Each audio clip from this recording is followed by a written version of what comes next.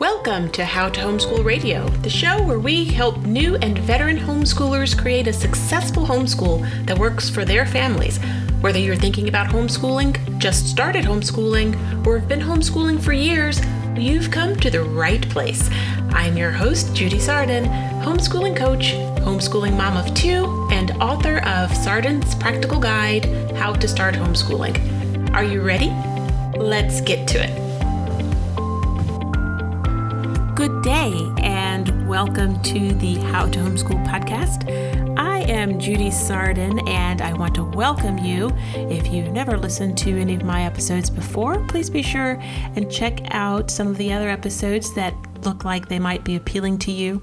But I am recording this. This is the first podcast of the new year, 2020, and I, for one, am really, really excited to be here. What I'm going to talk about today is, I guess, two things. I'm going to first talk about that sneaking suspicion, because this January, and this is when a lot of people are thinking about homeschooling their kids. You know, first semester didn't work out, something happened in school, and a lot of people this time of year are really thinking about pulling their kids out of school, and they're wondering how to get started. If that's you, I'm going to recommend that you go and listen to episodes 1, 2, and 3. It's a 3-part series on how to get started, and I think those episodes will really answer a lot of questions that you may have about getting started. And then also I'm going to suggest to anyone listening to this episode to pop over to Facebook to my group, How to Homeschool. And you'll know it's me because you'll see a picture of me and the kids standing there in front of my banner at one of the conventions. So it's a group, it's not a page. So if you go to How to Homeschool on Facebook and join that Facebook group, I'm in there live every single week, and you can ask questions, you can join the conversation, have a real live person answer your questions, and ask questions during the live. So it's really it's a great group, especially if you are thinking about homeschooling, and even if you're currently homeschooling, because we always have issues. We always have questions because, homeschooling is not perfect. School is not perfect and homeschooling isn't perfect, but it's an awesome opportunity to really give your kids hands-on learning. So I'm going to first talk about, being in that position where you're wanting to pull your kids out and you're kind of really worried about, are you going to be enough for your kids? So that's the first thing I'm going to talk about today. And then the second thing I'm going to talk about to those people who are currently homeschooling, and this is actually, it'll be really good to hear if you are not homeschooling yet. This is a time of year when everyone is burned out. You hear teachers, they aren't really excited about, going back from the winter break. And I'm going to be honest with you, the struggle is real, even when you're in homeschool. So even in my own situation, one of my children is having a bit of a difficult time getting refocused this week. We typically homeschool through the holidays because we don't really do a whole lot during the holidays, but we continue doing a little bit of something. They have to read every day and maybe look at their Spanish or do a little bit of math. But for the most part, we're lax, or we might not do anything at all. But I don't take a set for 2 weeks off like a lot of people do. And even with my lighter schedule, trying to get back into our regular schedule can be a challenge for the kids. And then it can be hard for mom or dad or whoever's doing the homeschooling to themselves get back into it. So we're going to talk about that. So let's jump into it. First, for those of you who are thinking about homeschooling and you're really worried about, are you going to be enough? Are you going to be able to offer your kids enough? Or do you know everything? And I talk about this a lot and throughout my podcast episodes, but I'm just going to keep talking about it because it really is. It's not just a struggle for new homeschooling families. It's something that when you're homeschooling, I don't care how many years you've been homeschooling, I'm in my 8th year and I still have these nagging questions. Am I doing enough? Am I adequately preparing my child? Will the school do a better job? You have all these doubts, and it's real, and it doesn't matter who you are. It doesn't matter how long you've been homeschooling. You'll have these doubts. So let me just address that. So first off, if you're concerned about whether you're going to be enough for your child, if you homeschool, I guess the first question to ask yourself is, why are you even thinking about homeschooling to begin with? If I think pretty much by now you kind of know that the school environment, for whatever reason, is not perfect for your child, right? You know that, they could be, getting bullied. You might be concerned about their safety. I mean, can you even imagine the mindset of these children who are having to do regular active shooter drills? Can you imagine how that is affecting their psyche? I mean, I can't even imagine that. I guess it's similar to the bomb raid drills that they used to have, back during the Cold War. But I can't even imagine it today, because that was kind of it's, others are coming to get us. But can you imagine the psyche of thinking about, I'm doing an active shooter drill, knowing that somebody in this very classroom might decide to wake up and start shooting everybody? I mean, it's crazy. How can kids feel safe, right? So, you might be thinking about homeschooling because you're concerned about your kids' safety or about their mental stability in that kind of environment. They could be getting, not getting what they need because they are a little behind in something. I'm going to say behind in air quotes here. They might not be able to be getting what they need because they are too advanced, or you might be told that your kid is ADHD because they aren't staying focused. Well, maybe they're not staying focused because they're bored. My kid, I have a son who's talented math. I can run him along. He can knock out literally 10 exercises in one sitting. I don't make him do the whole exercises because that's boring and unnecessary. If he can do the 4 hardest problems in each exercise without help and without getting them wrong, then he can move on to the next exercise. He looks at the book, he figures it out, he moves on. He's not that way in all subjects, but he's where he needs to be in every single subject. So there's no ahead, there's no behind in homeschooling. Every child is just where they are in each subject in a homeschool. So, you could be thinking about homeschooling for that reason. You might have a child who's sick and they're having to miss a lot of days at school, and the school's giving you a hard time, and all you want to focus on is getting your child well.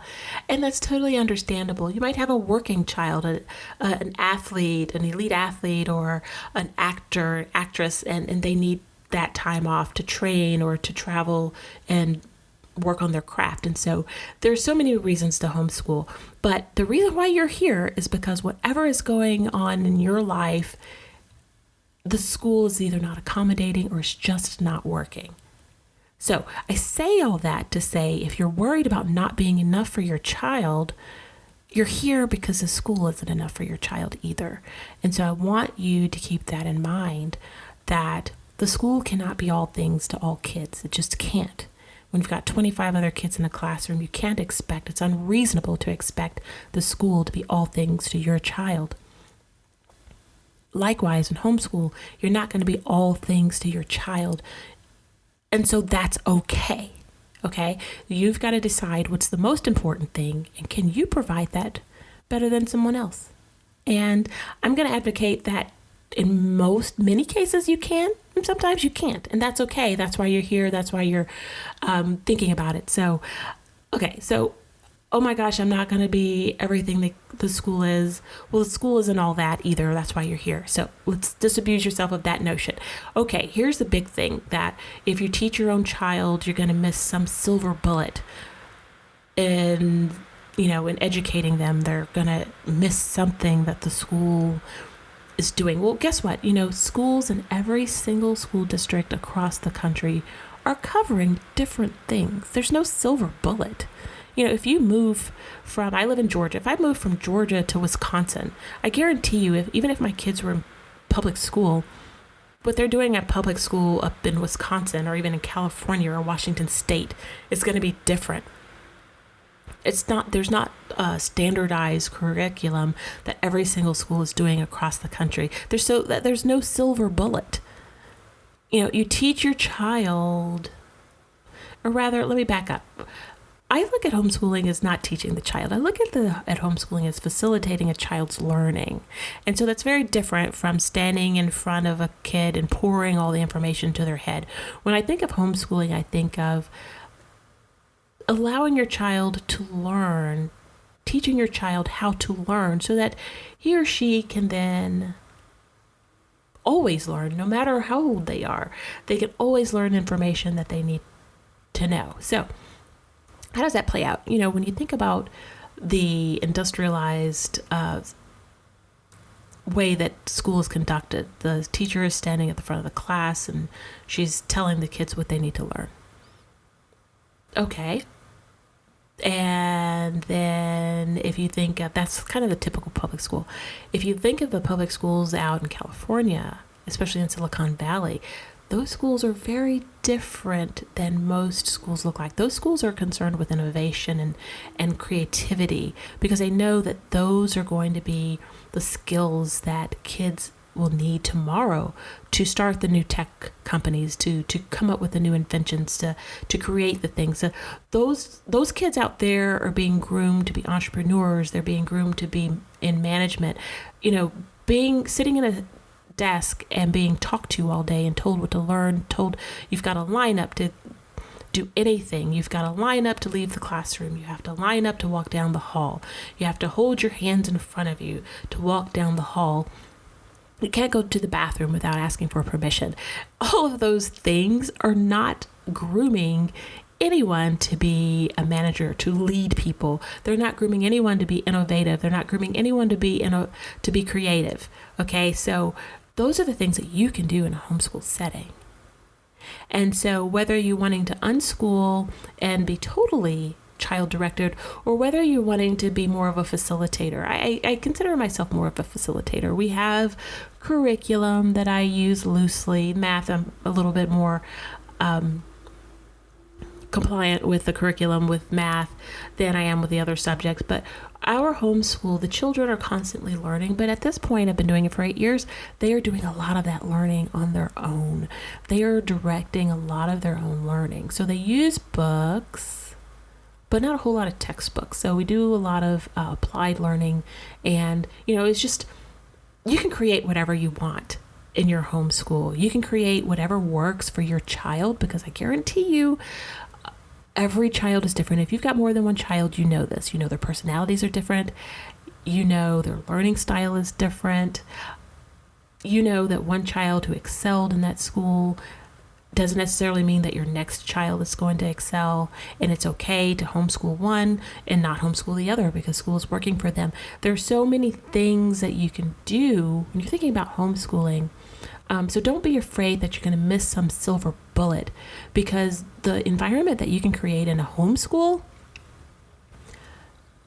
experiential, hands-on learning, there are websites where your high school kids can earn college credit, or they can earn a high school credit even without leaving your house. They can study all kinds of things that they would never be able to study if they were in a high school setting. So there are so many things that you can offer your child when you homeschool them that they cannot be offered, that they cannot do in a regular school setting. So don't think that the schools have a magic bullet, because they don't. And, if you want to explore more of those, again, join my Facebook group at How to Homeschool, and, join the conversation, ask questions. I'm always there and happy to answer anything that you've got. So let's think about, the next question, if you're thinking about homeschooling, is, oh my gosh, I can't teach everything. I don't know everything. You don't have to know everything. Okay. There are so many different ways to homeschool. There are online, if you want to do total school at home. Most states have an online homeschool, or you can do an online private school where your child has teachers and all you're doing is facilitating them doing the work just like you would if they were in a brick and mortar school. There are hybrid homeschools where they might go twice a week and then they're at home 3 days a week, where you can still do your experiential hands-on learning. And those 2 days that they are in the hybrid school, they're getting their lessons assigned, they're getting their assignments, they're getting the testing, they have their transcripts, and so you don't have to worry about that. That allows you, if you want to work part-time or just work full-time during those days that they are in school, that's an option. If you are working full-time, that's okay too. You don't have to quit your job to homeschool, because as long as you have childcare while you're working, you can homeschool on the weekends, you can homeschool in the evenings, you can homeschool at any time of the week that you want. And so, don't think that you have to know everything. There are free classes, there are free websites to learn things. There are paid stuff that you can learn things, especially for high school. You can pay $50 to $100 on a course on edX or Coursera, and your kid can get high school credit for that, maybe even college credit for that, and that you can accelerate your child's learning. They can get in all kinds of college credit before they even graduate. You hear about a lot of homeschool kids that graduate high school and at the same time graduate with an associate's degree. Well, this is how they do it. And so there are so many ways. There are tutors, there are homeschool co-ops that teach classes, and so there are so many ways that you can cobble together a homeschooling education for your child. There's so many ways that you can do it. If you've got help, if you've got a nanny and you're thinking about it, your nanny, instead of sending her on her way when your kids get to be, school age, keep nanny there. Nanny can facilitate the learning for your children. She doesn't have to teach it. And so all she has to do is facilitate it for them in much the manner that I've talked to, in the way that you can do it. If you travel a lot, homeschooling is absolutely the best way to go. So I say all of that to say that you do not have to know everything. You do not have to teach everything. You do not even have to quit your job as long as you have childcare in order to be able to homeschool. So if you are thinking about homeschooling at all, I strongly recommend that you join the homeschool group, have discussion. You can reach out to me. I do 30-minute consultations to just kind of help you kind of figure things out. And you can reach me at Judy Sardin Speaker on Facebook, and go ahead and schedule an appointment there so we can talk. And homeschooling is an awesome way to educate your child and really educate them for the future, because in the future jobs, everybody knows that future jobs are going to require a totally different skill set than education than jobs required, say, even 10 years ago. And so if you are continuing to educate in the same way that children have been educated for the last 150 years, your kid's going to be behind going into the future. So if you're thinking about homeschooling, you're on the right track. But again, if you just decide that you just can't do it, it's okay, because homeschooling is all about doing what is best for the family. Now, let's talk about people who are homeschooling, and this time of year, they're teetering on the brink of burnout and overwhelm, because this is a part of homeschooling. If you're teetering on the point of burnout and overwhelm, here are a couple of things. This time of year is horrible. Like right now, it's sunny. We actually have sun where I am, and that's a good thing. And I don't care how cold it is. I'm getting these kids outside in the sun. I'm getting myself outside in the sun, because it's been raining for days and the sun hasn't come out. And I'm in Georgia, and it's typically sunny here, but December, January, and February, it's pretty rainy and cloudy. Get outside in the sun. Any day that you can get outside in the sun, forget about school. Get outside in the sun. Walk around. This is a time of year where you have to give yourself the most grace to be flexible. It's part of the reason why I homeschool year-round, because we also have homeschool through the summer, even if we do a lighter load, or on days we might not do any schooling. But this is why I homeschool year-round, so that this time of year, if we just need to go over to Stone Mountain, we have a membership there, so we can go over there anytime.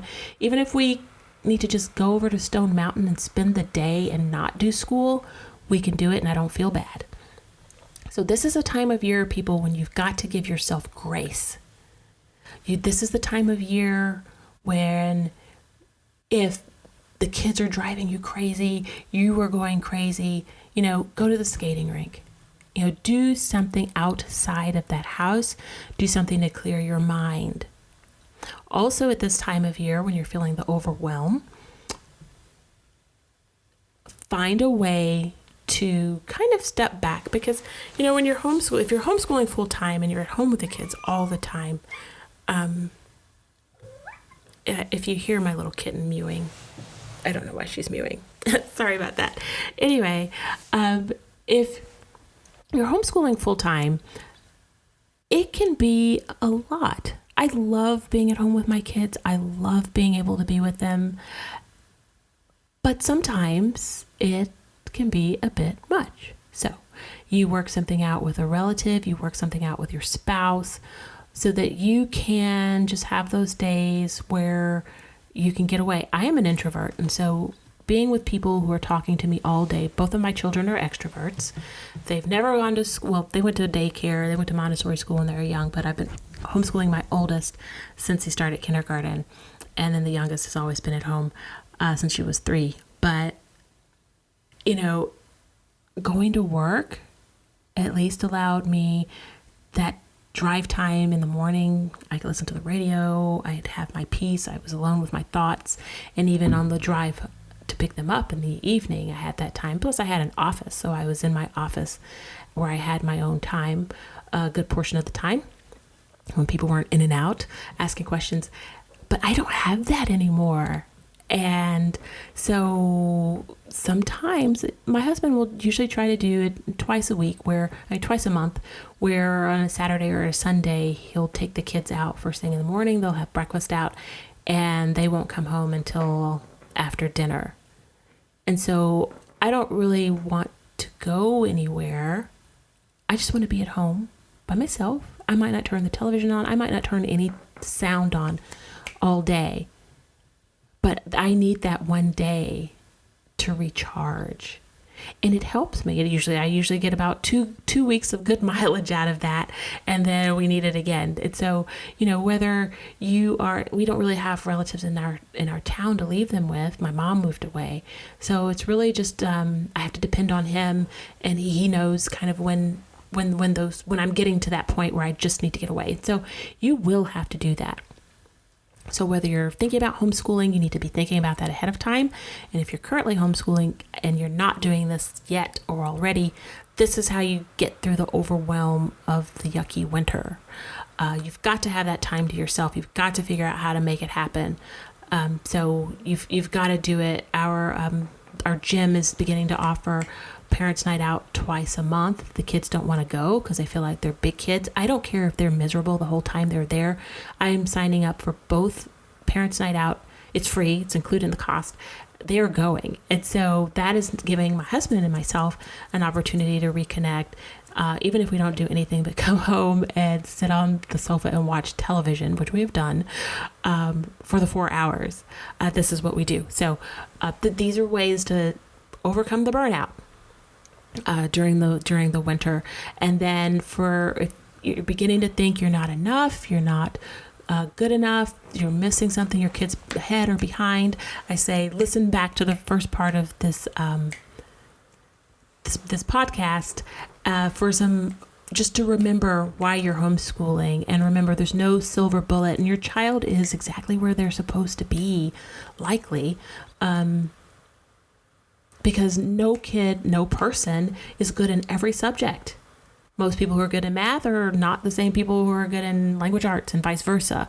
If you've got a creative child, they're going to lean towards certain subjects. If you've got a child who's high in logic and analytical skills, they are going to be into different subjects than your creative child. And that's just how it is. And so instead of focusing on what you're behind in, focus on the things that your child is good at, that your child excels at. It will make life for you less painful.